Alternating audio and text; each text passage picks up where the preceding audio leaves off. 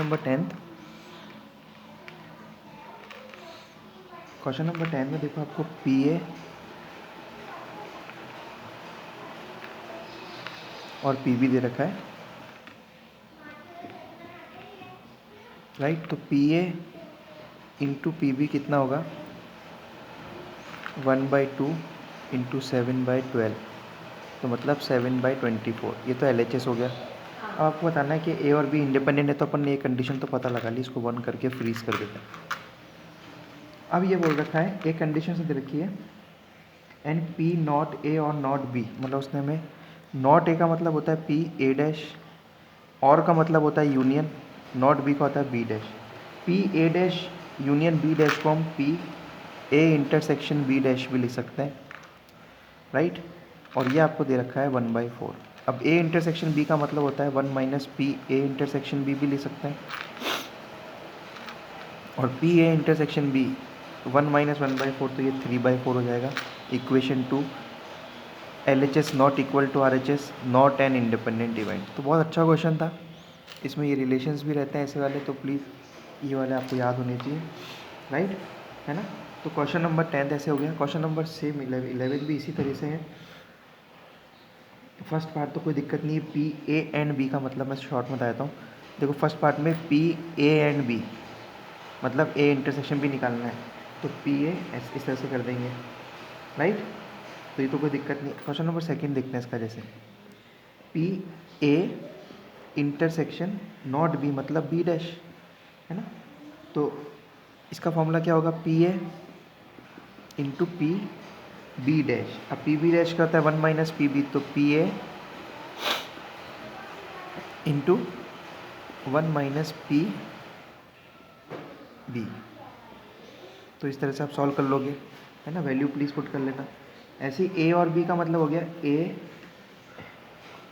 और बी का A union B. तो ए यूनियन बी कैसे निकालते हो, P A plus P B minus P A intersection B, है ना। इस तरह से हम लोग प्रोसीड कर सकते हैं इन क्वेश्चनों में, तो it is very easy.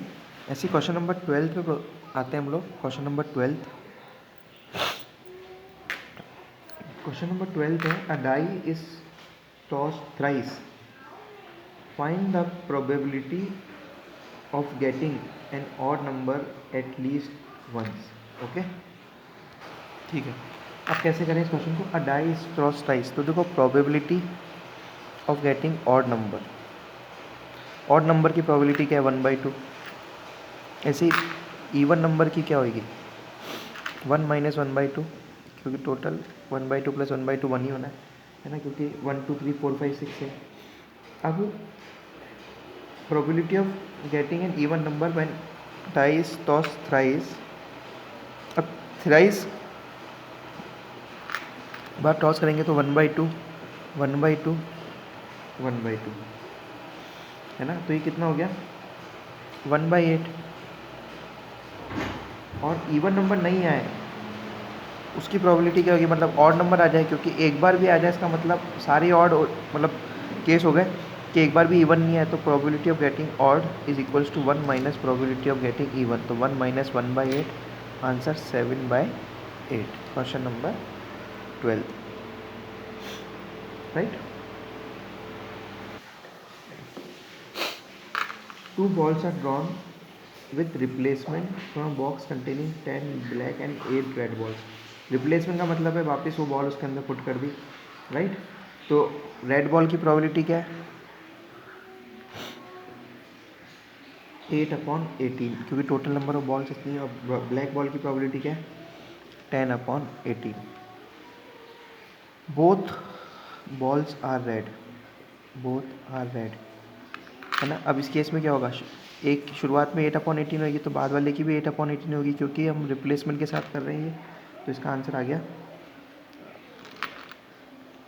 4 × 2 9 2 4 16/81, right. ऐसे इसका सेकंड पार्ट है, first ball is black and second is red. First black है और सेकंड रेड है, तो ये भी हो गया। सॉल्व आप कर लेना इसको, इसका आंसर आ जाएगा 220/81, ठीक है। ऐसे ही one of them is black and other is red. अच्छा, एंड आ गया यहाँ पे, है ना।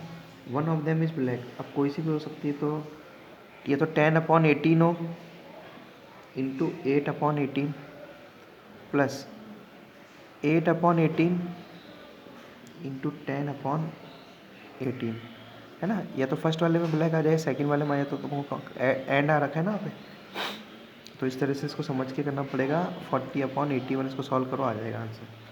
तो this is the way you will proceed in such questions. Question number 14 पे आते हैं हम लोग। क्वेश्चन नंबर 14 देखो, specific problem independently by A and B, तो पी ए ऑफ सॉल्विंग कितना हो गया 1/2, P A B of solving हो गया 1/3। अब पी ए डैश हो गया नॉट सॉल्विंग, है ना, तो 1 - 1/2 1/2, और पी बी डैश हो गया नॉट सॉल्विंग 1 - 1/3 2/3, है ना।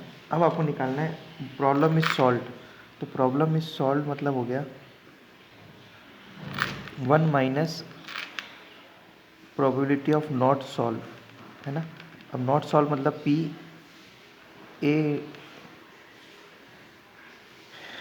ए dash into P B dash, है ना, 1 माइनस, तो 1 minus P A dash B dash मतलब 1/2 2/3, तो 1 - 1/3 2/3, ये आंसर आ गया। अब exactly one of them solve the problem. Exactly one of them solve मतलब एक कर रहा है एक नहीं कर रहा, P A into P B dash और P A dash into P A dash into P B, तो पी ए कितना था 1/2, बी डैश था 1/3, ए डैश कितना है 1/2 और बी था 1/3, 1/6 प्लस 1/6 2/6, रुको 1/6 प्लस ये यहाँ पे पी बी डैश, ये 2/3 है ना, तो ये कैंसिल हो गया, सॉरी, तो 1/3 प्लस 1/6, तो सॉल्व करेंगे आंसर 1/2, आंसर 1/2 आ जाएगा, राइट। क्वेश्चन नंबर 15 होमवर्क है, 16 लास्ट क्वेश्चन हम लोग करते हैं, फिर एमसीक्यू आप लोग कर लीजिएगा। 16 बहुत अच्छा क्वेश्चन है, 11th क्लास जैसा है, राइट, उसको करते हैं। देखो क्वेश्चन नंबर 16 आपको कुछ हॉस्टल में बच्चों के बारे में न्यूज़पेपर के बारे में बता रहे कौन कैसे क्या पढ़ता है, तो ये मैंने सारी इक्वेशन लिख ली और इन सब की प्रोबेबिलिटी भी निकाल दी। अब क्वेश्चन जो समझने वाली बात है वो मैं यहाँ से समझा रहा हूँ। देखो नाइदर हिंदी नॉर इंग्लिश, तो ऐसे ही लिखेंगे। कंडीशनल प्रोबेबिलिटी लगेगी, देखो सेकंड में इफ़ ही रीच, गिवन दे रखा है हिंदी और निकालना इंग्लिश का, तो जो गिवन दे रखा होता है वो नीचे आता है, और ये बताया था मैंने। ऐसे इसका अपोजिट गिवन दे रखा है इंग्लिश और निकालना हिंदी का है, तो इसका तो फॉर्मूला देखो सिंपल है, P intersection H upon P of H, value put कर देंगे आंसर आ जाएगा। ऐसे इसका P of E intersection H upon P of E, value put कर देंगे आंसर आ जाएगा। इसमें क्या करेंगे, ये होता है पी ऑफ एच यूनियन ई, ये आज ही बताया था मैंने, है ना, और ये हो जाएगा 1 minus P of H union E, right. अब एच यूनियन ई का फॉर्मूला क्या होगा, P A plus P B minus P A intersection P, तो P H plus P E minus P H intersection E, है ना, P H intersection E minus P of H intersection E equal to 1 minus, अब इसकी value put कर दो, तो क्या आ रही है 3/5 प्लस 2/5 5/5 माइनस 1/5, तो ये हो गया आंसर 1/5। तो इस तरह सॉल्व कर लेना। तो दिस कंप्लीट योर 13.2, राइट।